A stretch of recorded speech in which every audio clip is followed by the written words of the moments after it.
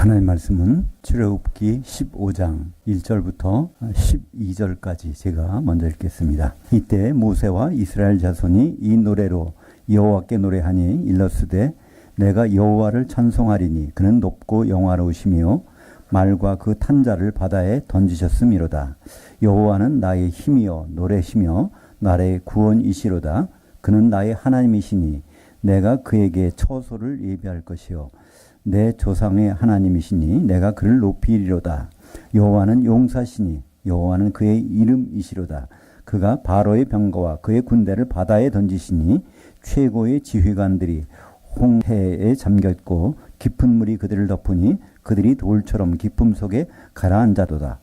여호와여 주의 오른손이 권능으로 영광을 내시나이다. 여호와여 주의 오른손이 원수를 부수시나이다. 주께서 주의 큰 위엄으로 주를 거스르는 자를 엎으시니이다. 주께서 진노를 바라시니 그 진노가 그들을 지푸라기같이 사르리니이다.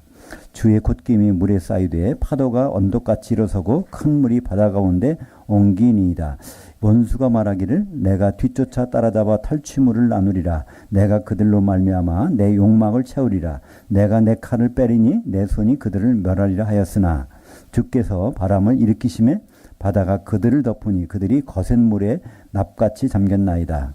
여호와여 신들 중에 주와 같은 자가 누구니까? 주와 같이 거룩함으로 영광스러우며 찬송할 만한 위엄이 있으며 기이한 일을 행하는 자가 누구니까?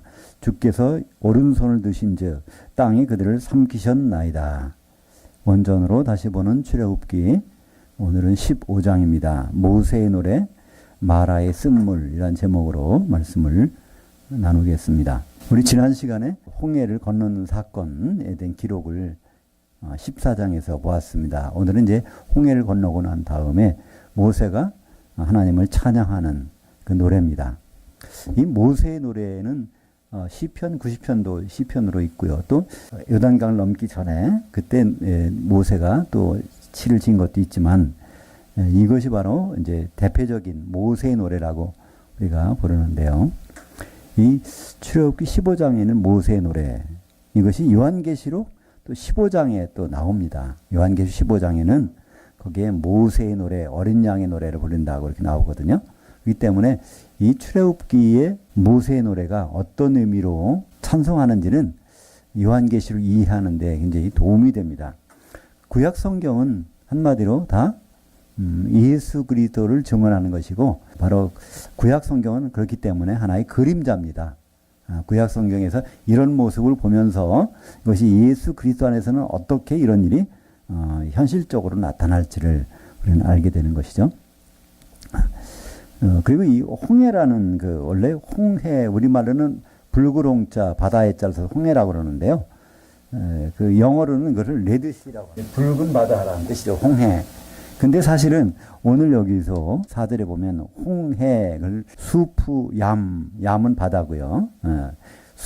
그러니까 수프라고 하는데 이 수프가 이 먹는 수프가 아니라 이 갈대란 뜻입니다. 원래. 그래서 이 영어로 하면 갈대가 리드잖아요. 비슷하죠? 레드하고 리드하고 R-E-D. 레드는 빨간 거고 이거는 갈대란 뜻이죠. 그래서 이게 홍해를 갈대밭 건넌 거 가지고 그냥 하나님이 기적을 행하셨다 이렇게 얘기해서 그거는 사실이 아니다 이렇게 얘기하는 사람도 있는데 그거야말로 기적 아닐까요? 갈대밭에서 애굽의 바로의 군대가 다 몰살당하는 건 말이 안 되잖아요. 성지순례 가보신 분은 아시겠지만 그 근처 지나갈 때면 거기 갈대들이 굉장히 많이 있긴 있습니다. 갈대가 많이 있는 그 지역의 이름을 따서 갈대 바다라고 하는지도 모르겠지만은 그것이 지나가는 곳만큼 분명히 사람이 거기 있으면은 몰살당하는 물에 덮여 죽는 그런 곳은 사실입니다. 근데 이 모세가 부른 이 찬양의 것은요 전반적인 것이 아닙니다. 그러니까 애굽에서 종살했는데 우리를 구해내 주셨다. 거기 피를 발랐더니 죽음의 사자가 넘어갔다. 그런 내용이 아니라 한마디로 이 바닷속에다가 저들이 우리는 건너왔는데 바닷물이 애굽의 군대를 덮었다. 이 내용입니다. 오늘 보니까 거기서도 이 바다라는 말이 한 4번 나오죠. 1절에도 바다에 던지셨습니다. 그리고 이 3절에도 4절에도 바다가 나오고요.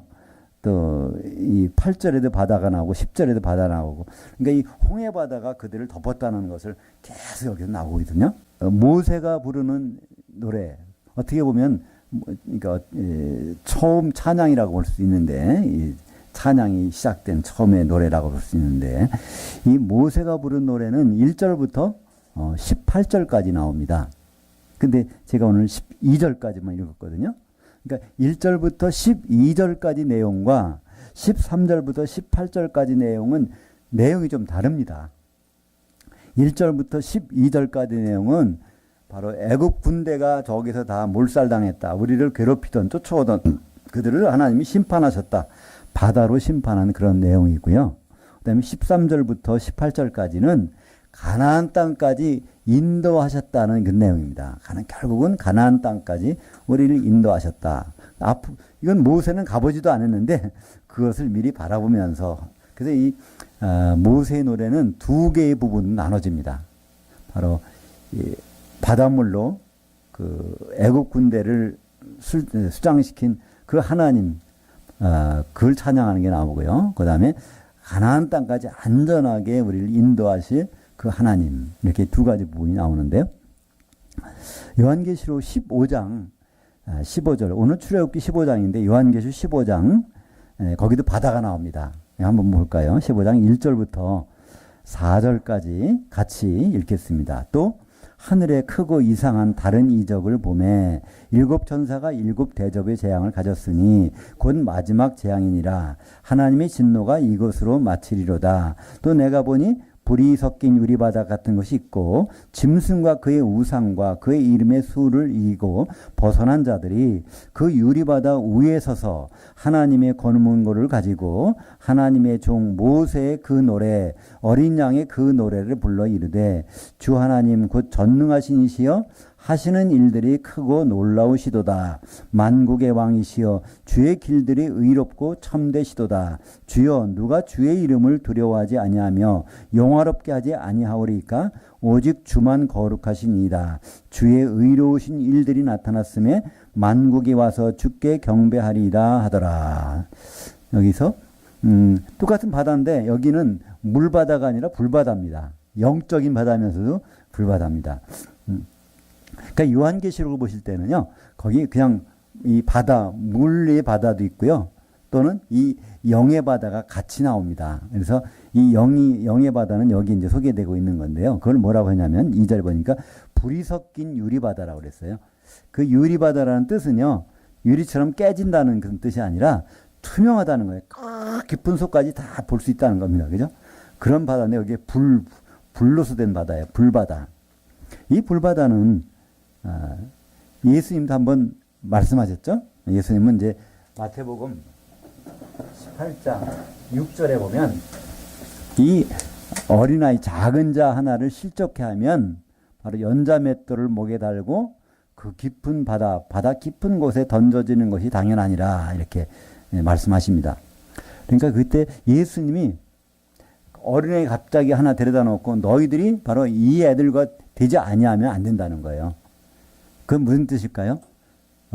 이미 다 컸는데 어린애가 되려면 이건 어떻게 다시 태어나는 수밖에 없잖아요. 다시 태어나야 그 애까지 갈 수 있는 겁니다. 그래서 거듭나는 자를 얘기하는 거죠. 이 거듭난 자, 천국 안으로 들어온 자를 실족해 하는 자는 결과가 어떻게 되느냐면 연자맷돌을 목에 들고 그 깊은 바다에 던져지는 것이 당연하다. 우리말 번역은 나으니라 이렇게 했는데 나았다는 뜻이 아니라 그렇게 되는 건 너무나 당연하다는 뜻입니다. 근데 그 바다가 18장 8절에는요, 그것을 뭐라고 설명하시냐면은 그 한 세대 동안의 불이라고 그래요. 그러니까 1000년 동안의 불, 바다. 예수님은 똑같은 장면을 요걸 그 바다에 던져지면서 그것은 그 하나의 한 시대의 불이고 그것은 바로 지옥이라고 얘기하십니다. 그러니까 이 지옥은 누가 가는 거냐면 거듭난 자들, 형제들 사이에서 실족시키는 사람, 거기 가는 곳이라고 예수님 말씀하셨는데, 그 바다가 요한계시록에 오늘 15장 2절에 보면 불 섞인 유리바다, 거기 보니까 그 위에서 지금 노래 부르는 사람들이 있다는 거예요. 그 위에서. 그 노래의 내용이 모세의 노래, 어린 양의 노래 부르고 있습니다. 그러면 요한계시록, 계시록 15장 2절부터 있는 바다, 그러면 이 바다 밑이 있고 바다 위가 있을 거 아닙니까? 지금 바다 위에서 부르는 노래가 모세의 노래, 어린 양의 노래. 이게 누가 부르죠? 여기서 보는 것은 그 짐승과 그의 우상과 그의 수의 이름의 수를 이기고 벗어난 자들. 그러니까 이건 후삼년반 지나서 거기 통과된 이기는 자들이 그 위에서 부른다는 얘기죠. 그죠? 그러니까 후삼년반 지났으니까 예수님이 재림 때, 그때 이제 거기 공중에서 부르는 겁니다. 공중이니까 그 바다 위에서 지금 부르는 사람들.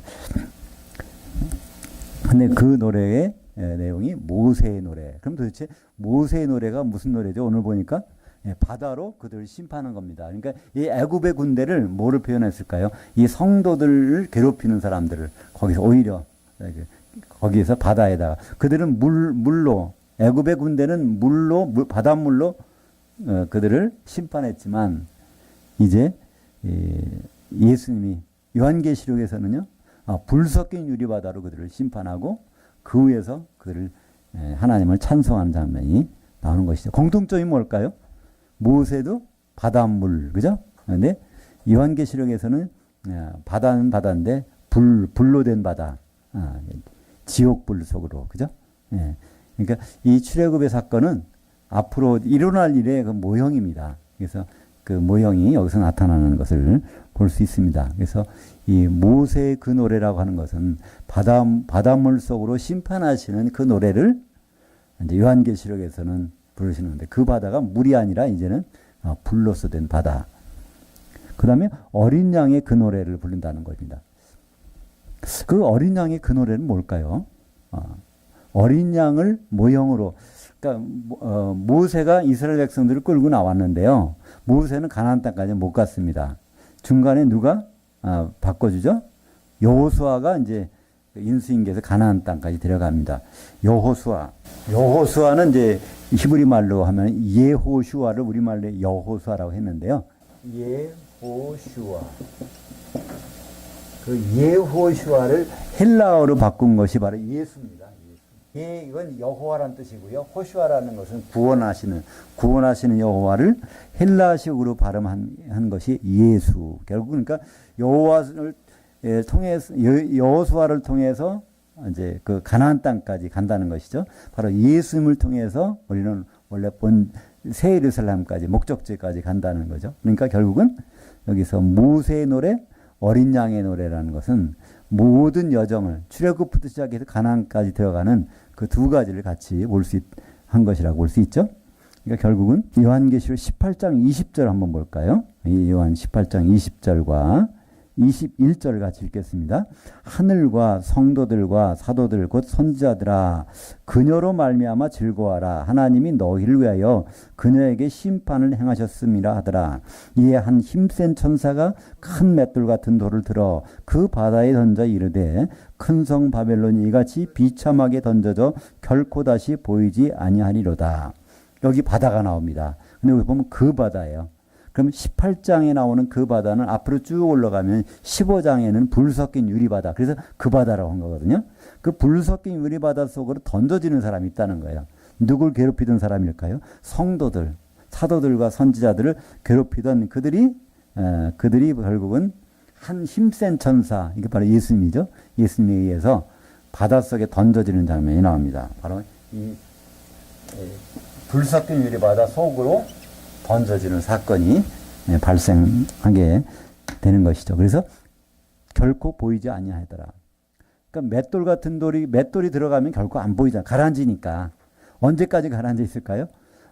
꺼내줄 때까지. 그러니까 요한계시 20장 13절에 보면 바다가 죽은 자들 내줄 때까지는 그들은 거기서 1000년 동안 머물러 있는 것입니다. 그렇기 때문에 앞으로 불 섞인 유리바다를 사이에 두고 위에서 찬양하는 사람도 있어요. 모세의 노래, 어린 양의 노래 불러가면서. 이게 누굴까요? 최고의 부활에 이른 사람들, 그죠? 네. 부활해가지고 공중에 올라갔다가 기름이 준비돼서 혼인잔치에 들어가고 그다음에 1000년 동안 그리스도와 더불어 왕노릇 하는 사람들은 바로 그 위에서 지금 모세의 노래와 어린 양의 노래를 부르는 사람들이고요. 그 바다 밑에 속에는 그 빠진 사람들은 바로 큰 성 바벨론, 음녀, 세상을 사랑하는 교회 사람들, 그죠? 그래서 우리는 같이 예수 믿고 교회 다니지만 전 세계 사람들은요, 교인들은 똑같은 교인이 아닙니다. 결국은 둘로 갈라져요. 이제 예수 믿는 모든 사람들이요, 나중에 죽은 사람까지 포함해서 결국은 주님까지, 주님 만나러 공중에 올라갑니다.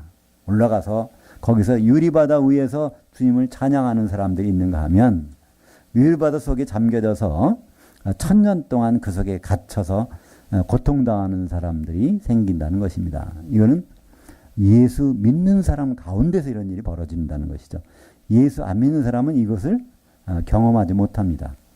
예수 믿는 안 믿고 죽은 사람들은 음부에 있다가 천년 왕국 지난 다음에 그때 나와서 심판을 받게 되는 것이죠. 그러니까 오늘 1절부터 12절까지는 바다에 던져졌다는 걸 하나님이 이렇게 하셨다. 바로 여호와께서 그렇게 되게 하시는 분이 결국 되게 하셨다. 이걸 찬양하는 노래가 이제 1절이고요. 2절은 이제 13절부터 18절까지 후반절입니다. 이 내용을 한번 같이 읽어보실 텐데요. 거기 보면 빨간 글씨로 완료, 완료, 완료, 완료되어 있거든요. 이게 다 가나안 땅까지 가서 돼 있다는 것을 이렇게 완료로 나타낸 겁니다. 근데 이거는 뭘까요? 히브리 말로서는 원래 접속사에다가 완료형 들어가면 그 의지 미래입니다. 하나님이 반드시 이렇게 하실 거라는 거예요. 그것을 모세는 가보지는 않았지만 그것을 믿음으로 찬양을 드린 겁니다. 앞으로 일어날 일, 가나안 땅까지 들어가서 하나님이 해놓으실 일을 지금 여기서 찬양하고 있는 것입니다. 13절부터 18절까지 그래서 이것을 생각하시면서 같이 읽겠습니다. 주의 인자하심으로 주께서 구속하신 백성을 인도하시되 주의 힘으로 그들을 주의 거룩한 처소에 들어가게 하시나이다. 여러 나라가 듣고 떨며 블레셋 주민이 두려움에 잡히며 에돔 두령들이 놀라고 모압 영웅이 떨림에 잡히며 가나안 주민이 다 낙담하나이다. 놀람과 두려움이 그들에게 임하매 주의 팔이 크므로 그들이 돌같이 침묵하였사오니 두려움이 그들에게 임하매 주의 팔이 크므로 그들이 돌같이 침묵하였사오니 여호와여 주의 백성이 통과하기까지 곧 주께서 사신 백성이 통과하기까지 하였나이다. 주께서 백성을 인도하사 그들을 주의 기업의 산에 심으리시리이다. 여호와여 이는 주의 처소를 삼으시려고 예비하신 것이라. 주여 이것이 주의 손으로 세우신 성소로서이다. 여호와께서 영원 무궁하도록 다스리시도다 하였더라. 여기서 그 주의 처소, 주의 성소, 이거 다 앞으로 예루살렘 성전에 가서 들어가는 일들을 미리 바라보고 가나안 땅에 들어가서 할 일들을 여기서 얘기하고 있는 것이거든요. 그러니까 여러 나라 블레셋 주민이 두려움에 잡히며 아직은 팔레스타인 들어가지도 않았어요. 그죠? 이미 근데 거기들아 그들이 두려워 떨고 있다는 겁니다. 에돔 아직도 안 갔어요. 모압도 아직 만나지 않았는데 이렇게 앞으로 거기 지나서 결국은 요단강을 통과해서 거기까지 들어가는 모든 일들을 바로 이 모세는 지금 노래로서 찬양을 하고 있는 것입니다.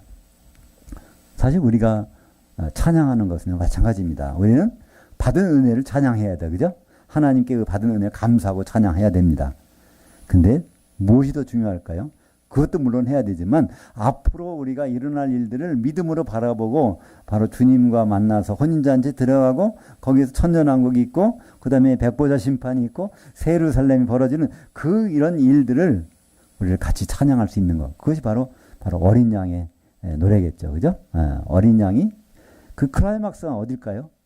바로 어린 양의 혼인잔치에서 할렐루야 막 울려 퍼지지 않습니까? 그러니까 우리는 지금 그들은 그 성소가 마련될 것을 바라보고 모세를 통해서 노래를 하는데 고린도전서 3장 16절 보겠습니다. 너희는 너희가 하나님의 성전인 것과 하나님의 성령이 너희 안에 계시는 것을 알지 못하느냐? 그래서 그전에는 어떤 장소, 그것이 하나님이 계시는 곳이라고 생각했는데 이제는 너희, 이 고린도 교회입니다. 성도들입니다. 성도들이 하나님의 성전이라는 거예요. 성전은 단수입니다. 너희는 복수고요. 그죠? 그리고 거기에 바로 이 성령이 함께 계시다는 거예요. 성령이 당연하겠죠? 두세 사람이 내 이름으로 모인 곳에 함께 계시는 성령이 거기 같이 계시는 것이 지금 현재 우리들의 상황이고 앞으로 이것이 발전되면 이제 새 예루살렘까지 이제 확장이 될 것입니다. 히브리서 2장 12절 볼까요? 이르시되 내가 주의 이름을 내 형제들에게 선포하고 내가 주를 교회 한가운데서 찬송하리라 하셨으며 이게 누가 하신 말씀일까요? 히브리서 2장 12절은요. 이거는 시편 22편 22절에 있는 걸로 일단 옮겨온 겁니다. 시편 22편 22절에 있는 것을 옮겨왔어요. 근데 거기는 교회라는 말은 없습니다. 근데 히브리서에서는 그걸 교회라고 돼 있어요. 교회. 그러니까 거기서 다윗이 그걸 감동받아서 노래했는데 다윗은 자기가 뭘 노래하는지도 몰랐을 거예요. 이것이 바로 예수님이 이 찬송을 부르시고 싶다는 거예요. 예수님이 그 형제들 가운데 왜 형제들일까요? 예수님 맏아들 되셨으니까 이제 형제들이잖아요. 예수님 맏아들 그러니까 히브리서는 1장 6절에 이렇게 시작돼요. 바로 맏아들을 이끌어 세상에 다시 들어오게 하실 때 그래서 히브리서는 시작이 맏아들로 시작합니다. 요한복음 시작이 독생자로 시작하잖아요. 히브리서는 재림 때 맏아들로 오신다는 거예요. 그때 형제들 가운데서 그분이 맏아들이시니까 형제들 가운데서 바로 그 말씀을 선포하시고 바로 그것이 바로 교회라는 거예요. 교회 한가운데서 하나님을 찬송하고 싶다는 겁니다. 그죠? 이분이 누구죠? 어린 양이시잖아요. 바로 어린 양의 노래는 그 혼자 부르는 것이 아닙니다. 그 형제들과 더불어 우리가 교회가 됐을 때 그 부르는 찬송이 바로 어린 양의 찬송이죠. 그래서 이 어린 양의 찬송, 성경에서 마지막으로 최대의 찬송이 나오는 것이 요한계시록 19장입니다. 할렐루야, 할렐루야, 할렐루야, 할렐루야가 그 4번 울려 퍼지는 것이 바로 이 요한계시록 19장인데요. 왜 여기서 찬송을 할까요? 볼 때요. 결혼식이 이루어지는 겁니다. 그죠? 창세기 2장 24절에 남자가 부모를 떠나 그 아내와 앞에서 한 몸을 이룰지로다. 하나님이 반드시 그렇게 하시겠다는 거잖아요. 그 예수님을 보내서 그의 아내와 합해서 결혼식을 이루는 거, 한 몸 되는 거 결혼식이잖아요. 그걸 반드시 하겠다고 하셨는데 되게 하시는 하나님이 여호와 하나님이신데 그것이 이루어지는 현장이기 때문에 요한계시록 15장은요. 아주 최고의 찬송, 최대의 찬송, 마지막 클라이막스라고 볼 수 있습니다. 한번 요한계시록 19장 5절부터 7절까지, 8절까지 같이 보겠습니다. 어떤 찬송이 울려 퍼지는가? 왜 울려 퍼지는가? 보좌에서 음성이 나서 이르시되 하나님의 종들 곧 작은 자나 큰 자나 그를 경외하는 너희들아 다 우리 하나님께 찬송하라 하더라. 또 내가 들으니 허다한 물이 음성과도 같고 많은 물소리와도 같고 큰 우레소리와도 같은 소리로 이르되 할렐루야 우리 주 하나님 그 전능하신 이가 통치하셨도다. 우리가 즐거워하고 크게 기뻐하며 그에게 영광을 돌리세. 어린 양의 혼인날이 이르렀고 그의 아내가 자신을 준비하였으므로 그녀에게 빛나고 깨끗한 세마포옷을 입도록 허락하셨으니 이 세마포옷은 성도들의 의로운 행실들이더라 하더라. 여기에서 할렐루야가 나오는데요. 우리는 예수 믿고 보통 감사하잖아요. 나를 구원해 주셨으니 감사합니다. 근데 어디까지 가야 되냐면 이 장면까지 가야 되는 겁니다. 그죠? 어린 양의 혼인잔치까지 가서 거기서 할렐루야를 부를 수 있는 자리까지 가는 것이 하나님 우리를 구분해서 아들 삼으시고 거기까지 인도하시는 그 목적이라는 거예요. 중간에 도중 하차하면요. 가는 곳이 최악의 부활로 가버립니다. 그죠? 그래서 여기 이 찬송이 어떻게 보면 정말 어린 양의 찬송, 노래라고 볼 수 있습니다. 어린 양의 혼인날에 어린 양의 아내가 준비돼서 할렐루야가 불러지는 이 찬송, 이것이 모세의 노래이면서 동시에 바로 어린 양의 노래로 바뀌어지는 장면이 여기 나옵니다. 여기 나오는 성도들이 과연 누굴까요? 그러니까 어린 양의 아내를 가만히 보니까 한 세마포옷을 입었는데 그 세마포옷은 성도들의 옳은 의로운 행실들이더라.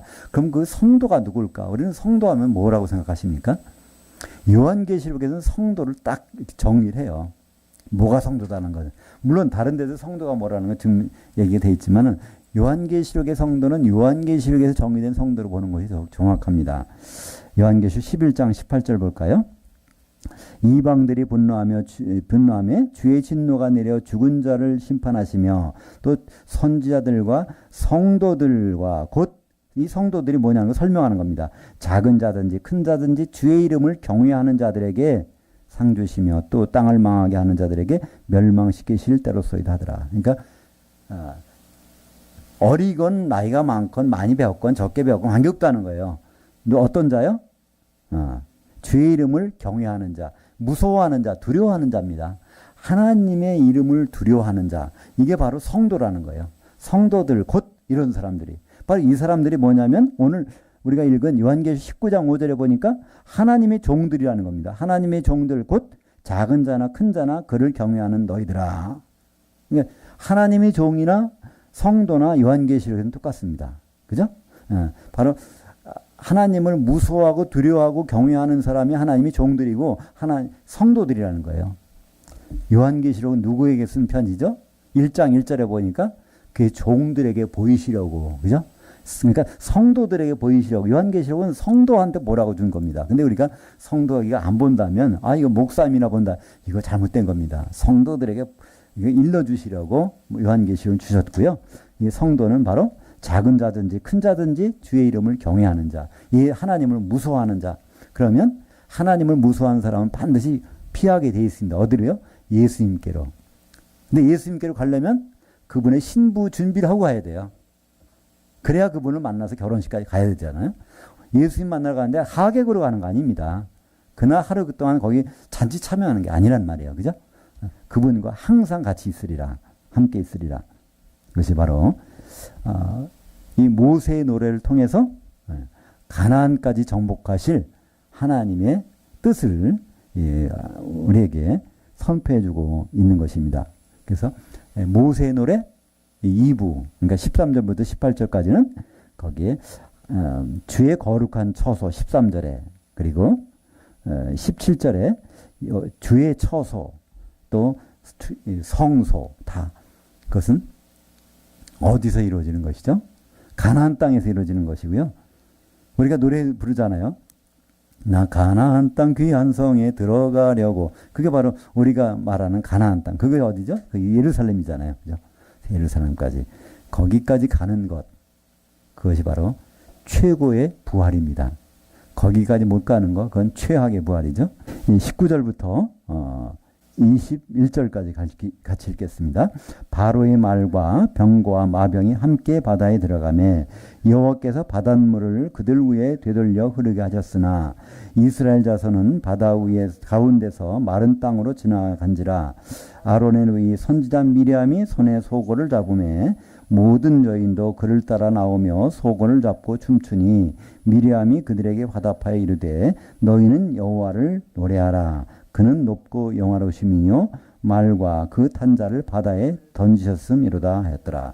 요거를 이제 다른 말로 미리암의 찬송이라고 합니다. 그러니까 18절까지는 모세의 노래고요. 19절부터 21절까지는 모세의 누나 미리암이 찬송한 내용. 여기서도 결국은 뭐냐면 바닷물로 심판하신다는 거예요. 그죠? 결국 우리는 바다로, 영적인 바다로 심판이 이루어지는 장면이 나옵니다. 그것이 요한계시록에 있는 것처럼. 그래서 우리는 그 바다를 보게 될 거예요. 근데 그는 위에서 봐야 됩니다. 그죠? 바다 위에 서서 찬양하는 자들. 그 바다 속에 들어가면 이건 참, 이러려고 내가 부활했나? 이렇게 나옵니다. 그죠? 우리는 그런 말 유행한 적이 있었잖아요. 이러려고. 예. 우리는 반드시 부활합니다. 주님 오시면 부활해서 공중까지 올라가요. 근데 이러려고 부활했나 하면 큰일 납니다. 그죠? 그거는 그 불섞인 유리바다 밑으로 들어가는 거고요. 바로 그 위에 있어야 됩니다.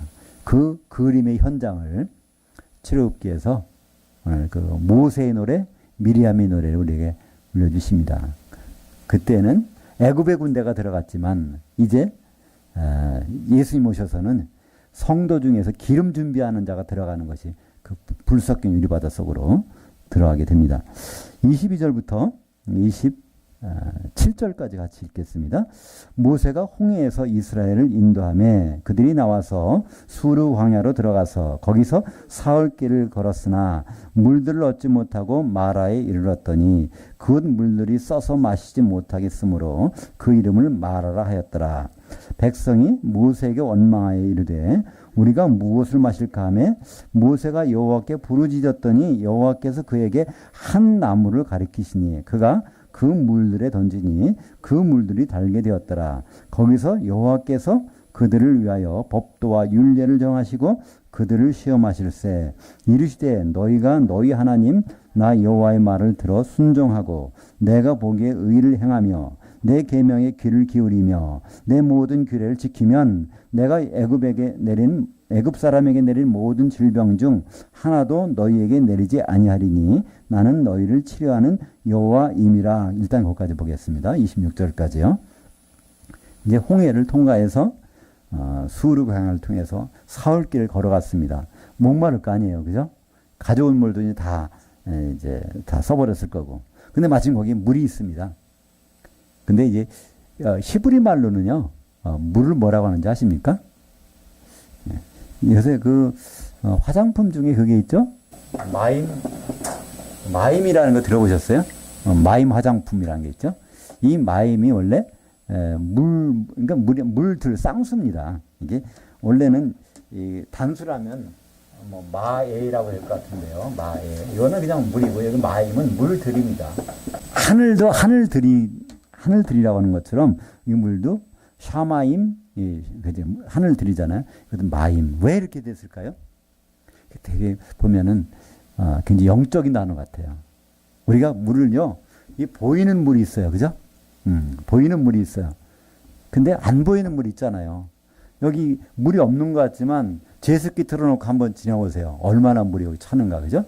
안 보이는 수증기가 있단 말이에요. 그러니까 성경에서는 하나님 물을 이렇게 창조하셨을 때 그 보이는 물과 안 보이는 물을 같이 창조하셨단 말이에요. 그래서 성경에서는 물을 항상 쌍수로 씁니다. 마임이라고 그래요. 히브리 말로 마임. 그래서 여기서 그 물을 만났습니다. 그러니까 하늘도 우리가 보이는 하늘과 안 보이는 하늘이 있잖아요. 그죠? 물도 보이는 물과 안 보이는 물이 분명히 있거든요. 제 남미에 가면요. 거기 안데스 산맥 쪽에 한 4,000m 위에 가면 거기는 거의 구름이 없어요. 1년 내내 그냥 비도 안 온대요. 근데 거기에 식물이 자라거든요. 그래서 어떻게 자라나 했더니 그들이 거기는 이제 낮에는 얼마나 뜨거운지 뭐 30도가 넘어가거든요. 어떤 데는 40도까지 가, 낮에는. 밤에는 영하 한 10도, 20도까지 내려가는 거예요. 그러니까 이제 이게 그런 그 온도차가 심하니까 저녁이 되면 공기 중에 있는 그 수분들이 물방울이 되는 거예요. 그거를 식물들이 거기다 받는 거예요. 그죠? 공기 중에 있는 물을 그들은 가지고 사는 식물들입니다. 비를 한 번도 못 받아요. 그러니까 하나님의 창조의 질서를 아는 식물들인 것 같아요. 거기는 비가 없는데 식물의 씨가 떨어져서 어떻게 자랄 수가 있을까? 자라는 거예요. 공기 중에 있는 물을 그들은 흡수해서 온도가 떨어지면 물방울이 생기니까 낮에는 또 이제 수증기를 했다가 그런 걸 반복합니다. 일단 여기에 3일 길 갔는데 물을 만났어요. 얼마나 마시고 싶어 했겠어요. 지금 마시려고 그랬더니 어떻게 됐습니까? 쓰다 그래요. 물이 쓰다. 이 쓰다는 말이 히브리 말로 마라입니다. 마라가 이게 쓰다는 거예요. 모세가 하나님께 부르짖습니다. 그랬더니 하나님 뭐라 그러죠? 한 나뭇가지를 집어넣으라는 거예요. 그 나뭇가지 집어넣었더니 물이 달게 됐습니다. 구약에 나오는 모든 내용들은 누구를 설명한다고요? 예수님. 그 나뭇가지 십자가를 설명하겠죠. 그죠?